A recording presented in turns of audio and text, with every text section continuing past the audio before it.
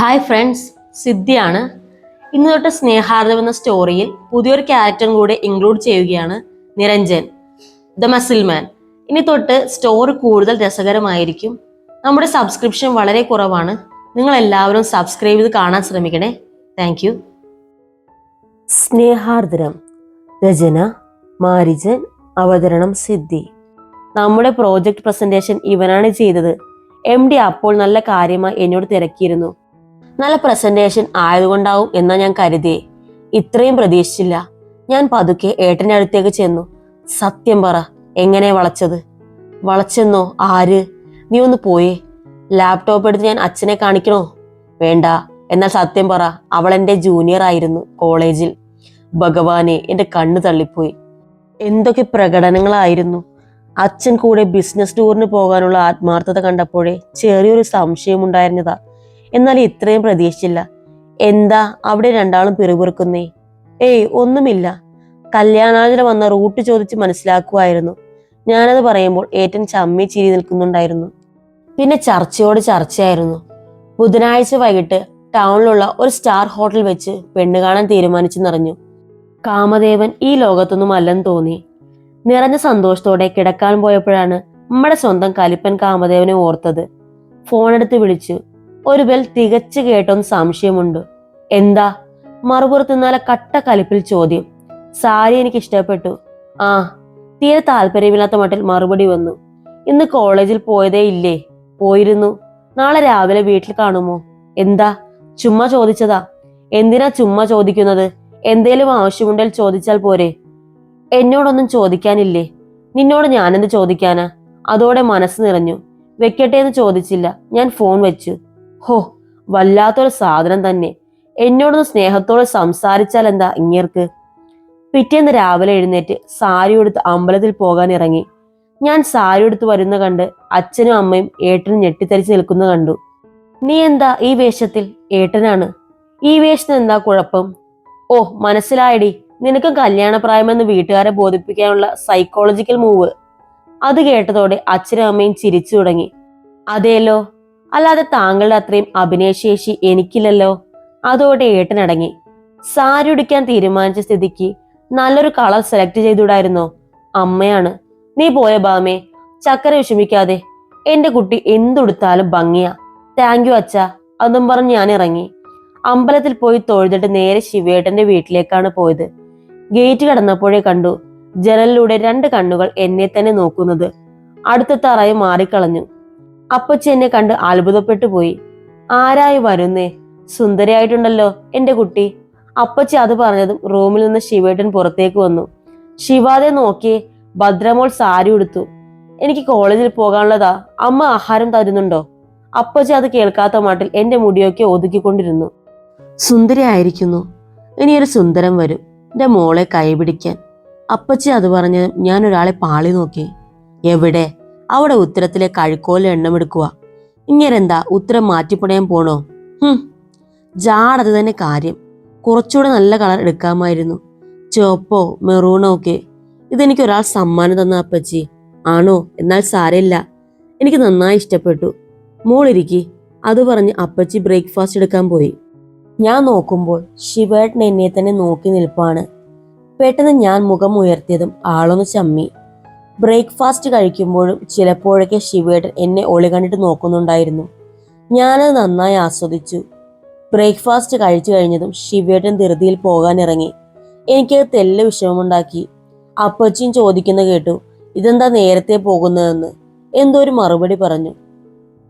ശിവേട്ടൻ പോയി. പിന്നെയും കുറച്ചു നേരം കഴിഞ്ഞാണ് ഞാൻ ഇറങ്ങിയത്. ഇടവഴി തിരിഞ്ഞപ്പോഴുണ്ട് ദേ ശിവേട്ടൻ അവിടെ നിൽക്കുന്നു. എന്നെ കണ്ടതും ആൾക്കൊരു പരുങ്ങൽ. ഞാൻ സംശയത്തോടെ അടുത്തു ചെന്നു. ഒരു പൊതി എന്റെ നേരെ നീട്ടി. വാഴയിൽ പൊതിഞ്ഞ കുറച്ച് മുല്ലപ്പൂ. ഞാൻ അതിശയത്തോടെ നോക്കി. അത് പിന്നെ ബാലൻസ് തരാൻ ചില്ലറയില്ലായിരുന്നു. അപ്പൊ അവിടുത്തെ സ്ത്രീ കുറച്ച് പൂ തന്നു. ആശാൻ വിക്കി പറഞ്ഞു. എന്തു വാങ്ങിയപ്പോഴാ ചില്ലറയില്ലാതെ വന്നേ? അത് ബസ് ടിക്കറ്റ് എടുത്തപ്പോ. ബസ്സിൽ മുല്ലപ്പൂ വിൽപ്പന ഉണ്ടായിരുന്നോ? അത് പോട്ടെ, പിന്നെന്താ ഇറങ്ങിയത്? ആ ബസ്സിൽ അങ്ങ് പോയിക്കൂടായിരുന്നോ? ഞാൻ ചോറെടുക്കാൻ മറന്നു. ചോറ് പൊതി കയ്യിൽ തരുന്നത് ഞാൻ കണ്ടതാണല്ലോ. ബാഗ് തന്നേ, ഞാൻ നോക്കട്ടെ. പിന്നെ നിനക്ക് ചെക്ക് ചെയ്യാനല്ലേ എന്റെ ബാഗ് വെച്ചേക്കുന്നേ? ഒന്ന് പോടി, വേണമെങ്കിൽ നീ ഇത് വാങ്ങിച്ചോ, ഇല്ലേ ഞാൻ കുറ്റിക്കാട്ടിലേക്ക് എറിയും. യോ വേണ്ട, എന്തായാലും കഷ്ടപ്പെട്ട് വാങ്ങിയതല്ലേ, ഞാൻ വെച്ചോളാം. ആര് വാങ്ങിയെന്ന്? ചില്ലറ ഇല്ലാതെ. ഓ ഓ, സമ്മതിച്ച്. പറഞ്ഞും ബുദ്ധിമുട്ടണ്ട, ചില്ലറ ഇല്ലാത്തോണ്ട് ആ ചേച്ചി വെറുതെ തന്ന് പോരെ. അതും പറഞ്ഞ് ഞാൻ പൂവച്ചു. ഇനി പോകാലോ. അപ്പോഴാണ് തുളസി ചേച്ചി വരുന്ന കണ്ടത്. ഒറ്റാന്റെ മുഖത്ത് ജാളിത തെളിഞ്ഞു. എന്നെ കണ്ടത് ചേച്ചി ചിരിച്ചു. ഞാൻ ചേച്ചിയുടെ കൈ പിടിച്ച് അരികെ ചേർത്ത് നിർത്തി. ഒറ്റാൻ ചേച്ചിയുടെ മുഖത്ത് നോക്കാതെ നിൽക്കുന്നുണ്ടായിരുന്നു. സോറി ചേച്ചി, പെട്ടെന്ന് കൈ വേദിച്ചപ്പോൾ ഞാൻ നിലവിളിച്ചു പോയതാ. അത് സാരമില്ല കുട്ടിയെ, ബാക്കി പറഞ്ഞ ശിവേട്ടൻ മുഖത്ത് നോക്കിയാണ്. നാളെ നീ മെരുക്കിയെടുത്തല്ലോ. ഞങ്ങൾ രണ്ടാളും അന്തം വിട്ട് ചേച്ചിയെ നോക്കി. ഇവനെ നിന്നോട് ഇത്ര ഇഷ്ടമുണ്ടെന്ന് ഞാൻ അറിഞ്ഞില്ല. കുട്ടിക്കാലം മുതലേ കാണുന്നതല്ലേ ഞാൻ ഇവനെ. എല്ലാം നല്ലതിനാവട്ടെ. പാവം സുഭദ്ര, അവൾ ഇത് വല്ലതും അറിയുന്നുണ്ടോ? ചിരിയോടെ അത് പറഞ്ഞ് ചേച്ചി നടന്നു പോകുമ്പോൾ ഷോക്കേറ്റ പോലെ ഞങ്ങൾ രണ്ടാളും അവിടെ നിന്നു.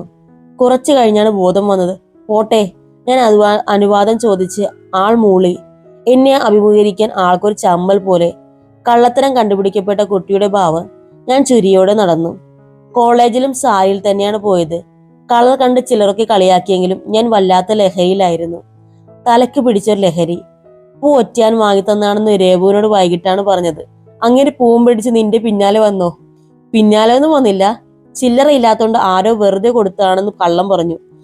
ഇതിങ്ങനെ വിട്ടാ പറ്റില്ലല്ലോ. ഇങ്ങനൊക്കെ എന്താ നിന്നോട് പ്രണയമാണെന്ന് തുറന്ന് സമ്മതിച്ചാൽ? യോ, എന്നാൽ പിന്നെ ബലം പിടിച്ചു നടക്കാൻ പറ്റില്ലല്ലോ, അതാവും. ഞാനൊരു കാര്യം ചോദിക്കട്ടെ, നിനക്ക് അയാളോടൊപ്പം കുറച്ചു സമയം മിണ്ടിയും പറഞ്ഞു നടക്കണമെന്നില്ലേ? എന്തിനാ എന്റെ രേവുവേ, നടക്കാത്ത കാര്യം പറഞ്ഞ് ഇങ്ങനെ കൊതിപ്പിക്കണേ? നടത്തി കാണിച്ചു തരട്ടെ. സത്യം സത്യം. പിന്നെ ചുമ്മാ നടന്നതും വർത്തമാനം മാത്രമേ ഞാൻ ഉദ്ദേശിച്ചുള്ളൂ കേട്ടോ.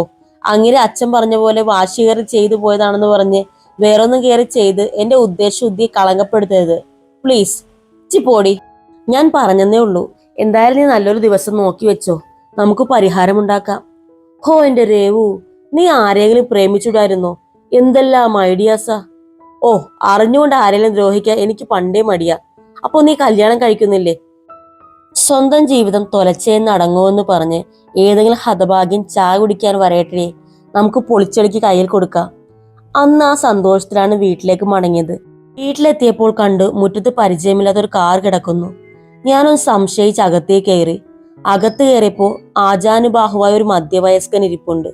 ഏതാണ്ട് അയാൾക്കൊത്ത ഒരു ഭാര്യയും, പിന്നെ ഹിന്ദി സിനിമയിൽ നായകനൊത്തൊരു നേരിട്ട് വന്നതുപോലൊരു സിക്സ് പാക്കും. എന്നെ കണ്ടതും അച്ഛൻ വന്നൂല്ലോ അച്ഛന്റെ ചക്കര എന്ന് പറഞ്ഞ് വന്ന് കയ്യിൽ പിടിക്കുകയും അടുത്തു നിർത്തി. ഏട്ടത്തി അമ്മയുടെ വീട്ടുകാരെ പരിചയപ്പെടണ്ടേ? ഇത് അമ്മ, ഇത് അച്ഛൻ, ഇത് ഏട്ടൻ നിരഞ്ജൻ. അച്ഛൻ ഓരോരുത്തരായി എനിക്ക് പരിചയപ്പെടുത്തി. ഞാൻ എല്ലാരെയും നോക്കി ചിരിച്ചു. വിഷ്ണുവേട്ടൻ ഏതോ ഇന്റർവ്യൂ പങ്കെടുക്കാൻ നിൽക്കും പോലെ നിൽക്കുന്നു. ആ അമ്മ എന്നെ നോക്കി ചിരിച്ചു. ഞാനും. മോൾ എന്തു ചെയ്യുന്നു? ഡിഗ്രി ഫൈനൽ ഇയർ ആണ്. നല്ല മുടിയുണ്ടല്ലോ മോൾക്ക്. ഇപ്പോഴത്തെ കുട്ടികളിൽ അധികം മുടി കണ്ടിട്ടില്ല. ഞാൻ ചിരിച്ചു. മുടി പാരമ്പര്യമാ, എന്റെ സുഭദ്രയ്ക്കുണ്ട് നല്ല മുടി. അറിയാതെ അച്ഛന്റെ വായിൽ നിന്നും വീണു. ഞങ്ങൾ എല്ലാവരും അതിശയത്തോടെ അച്ഛനെ നോക്കി. അച്ഛനും അസ്വസ്ഥനാകുന്ന കണ്ടു. ആരാ സുഭദ്ര? ആ സ്ത്രീ ചോദിച്ചു. എന്റെ പെങ്ങളാണ്, അച്ഛൻ അസഹനയോടെ പറഞ്ഞു. പെങ്ങൾ? വിവാഹം കഴിഞ്ഞു, കുറച്ചു ദൂരെയാണ് താമസം. അച്ഛൻ അസ്വസ്ഥയോടെ അത് പറയുമ്പോൾ എന്നെ അസ്വസ്ഥമാക്കിയത് മറ്റൊരാളായിരുന്നു.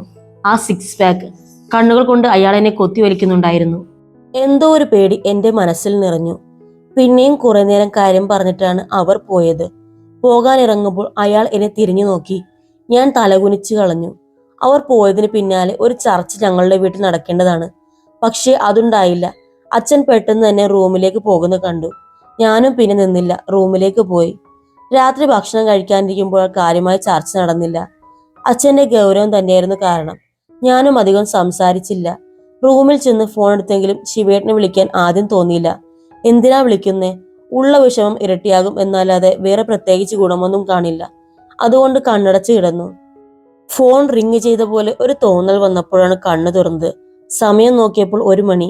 സംശയം തോന്നി. ഫോൺ എടുത്ത് നോക്കി. ശിവേട്ടന്റെ മിസ്ഡ് കോൾ. സത്യം പറഞ്ഞാൽ പുള്ളിക്കാരനോട് സംസാരിച്ചാൽ തീരാത്ത വിഷമം ആ ഒറ്റ മിസ്ഡ് കോൾ കണ്ടപ്പോൾ തീർന്നു. ഫോൺ എടുത്ത് കുറച്ചു നേരം അതിൽ നോക്കിയിരുന്നു. ആളെ ഒന്ന് വട്ടുപിടിച്ചാലോ? അങ്ങനെ ഒരു ചിന്ത മനസ്സിൽ വന്നതും നമ്മൾ ഹാപ്പിയായി. ഫോൺ എടുത്ത് തിരിച്ചു വിളിച്ചു. എന്തിനാ വിളിച്ചത്? ആര് വിളിച്ചു എന്നാ? ശിവേട്ടനല്ലേ വിളിച്ചത്. മിസ്ഡ് കോൾ കണ്ടല്ലോ. ഞാനൊന്നും വിളിച്ചില്ല. ഓ, ചിലപ്പോൾ ഗോവനെ വിളിച്ചപ്പോൾ നമ്പർ മാറിപ്പോയതായിരിക്കും. പാതിരാത്രി വരെ ഉറക്കമൊഴിച്ച് എന്റെ വിളിയും പ്രതീക്ഷിച്ചിരുന്നിട്ട് പറയണ വർത്താനം കേട്ടില്ലേ? ആണോ? എന്തായാലും സമാധാനമായി. ഞാൻ കരുതി ആ 6 പാക്ക് എങ്ങാനും ആയിരിക്കുമെന്ന്. 6 പാക്കോ? അതാരാ? അത് പിന്നെ വിഷ്ണുവേട്ടന്റെ കല്യാണം ശരിയായി. എന്റെ നാത്തൂനായിട്ടാണ് വരാൻ പോണ കുട്ടിയുടെ ചേട്ടനാണ് 6 പാക്ക്. എന്നാ ലുക്കാണെന്നറിയോ? പോരാത്തിന് ഭയങ്കര ഹ്യൂമർ സെൻസും. എന്നോട് ഭയങ്കരമായി സംസാരിച്ചിരുന്നു. എന്നെ കാണാൻ നല്ല ഭംഗിയുണ്ടെന്ന് പറഞ്ഞു. അതെന്താ, അവന്റെ കണ്ണിന് വല്ല കുഴപ്പമുണ്ടോ? വടയക്ഷിയെ പോലെ ഇരിക്കുന്ന നിന്നെയൊക്കെ കണ്ടാൽ സുന്ദരിയാണ് തോന്നാൽ. അപ്പുറത്ത് നിന്ന് കേൾക്കുന്ന ശബ്ദം വല്ലാത്ത കനം. നിങ്ങളെ പോലെയാണോ എല്ലാവരും? ആ ചേട്ടൻ സൂപ്പറായിരുന്നു. എന്റെ നമ്പറൊക്കെ വാങ്ങി. അപ്പുറത്ത് പല്ല് നിരിക്കുന്ന ശബ്ദം ഞാൻ കേട്ടു. നിന്റെ തന്തക്കിളവൻ എവിടെ എന്തെടുക്കുമായിരുന്നു? ഉണ്ടായിരുന്നു. എന്താ? നീ ഇങ്ങനെ കണ്ട അലവലാദികൾക്കെല്ലാം നമ്പർ എഴുതി കൊടുക്കുന്നതും കണ്ടിട്ട് അങ്ങേരൊന്നും പറഞ്ഞില്ലേ? അലവലാദിയോ? കൊള്ളാം. നിങ്ങളത് അറിഞ്ഞിട്ടാ മനുഷ്യ ഈ പറയുന്ന NJ ഗ്രൂപ്പിലെ CEO പുള്ളി. പക്ഷെ അതിന്റെ ജാട തീരെയില്ല. നല്ല മനുഷ്യൻ. എന്നാ നീ അവന്റെ കൂടെ പോയി പൊറുക്കടി.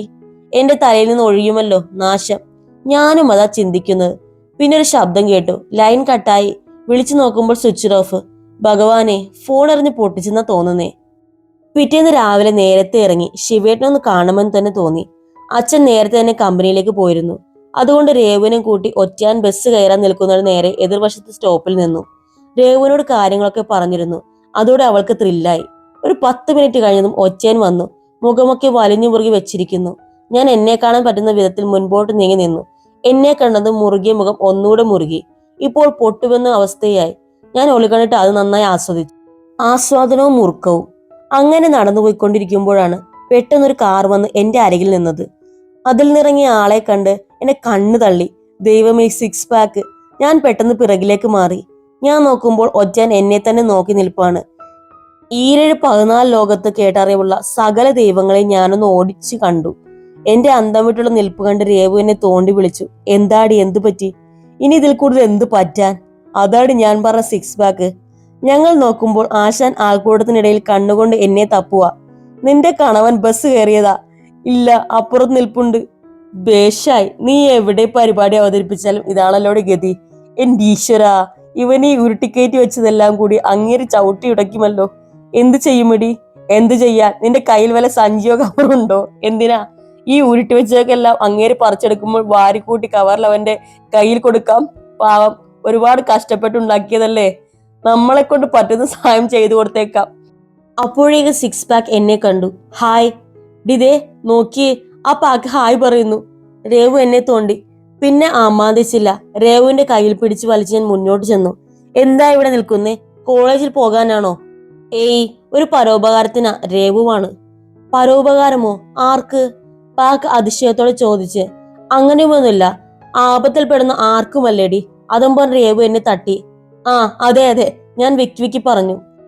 എതിർവശത്ത് ഒരു ആന മതമ്പോട്ട് നിൽക്കുന്നത് ഞാൻ അറിയുന്നുണ്ടായിരുന്നു. ഞാൻ രേവുവിനെ നോക്കി. നാശം, എങ്ങനെയും അയാളെ പറഞ്ഞുവിടാവുന്നതിന് പകരം ഓരോന്നാക്കി പറഞ്ഞുകൊണ്ടിരിക്കുക. ആ പൊട്ടനാണെങ്കിൽ ഒന്നും അറിയുന്നുമില്ല. അല്ല ചേട്ടാ, ഈ ബോഡി ഇങ്ങനെ ആക്കി എടുക്കാൻ എത്ര നാൾ വേണം? രേവു ആണ്. ഇവളുടെ സംശയം ഇതുവരെ തീർന്നില്ലേ? അയാളെ കൊലയ്ക്ക് കൊടുക്കാനുള്ള പുറപ്പാടാണെന്ന് തോന്നുന്നു. വാ, കോളേജിൽ പോകണ്ടേ?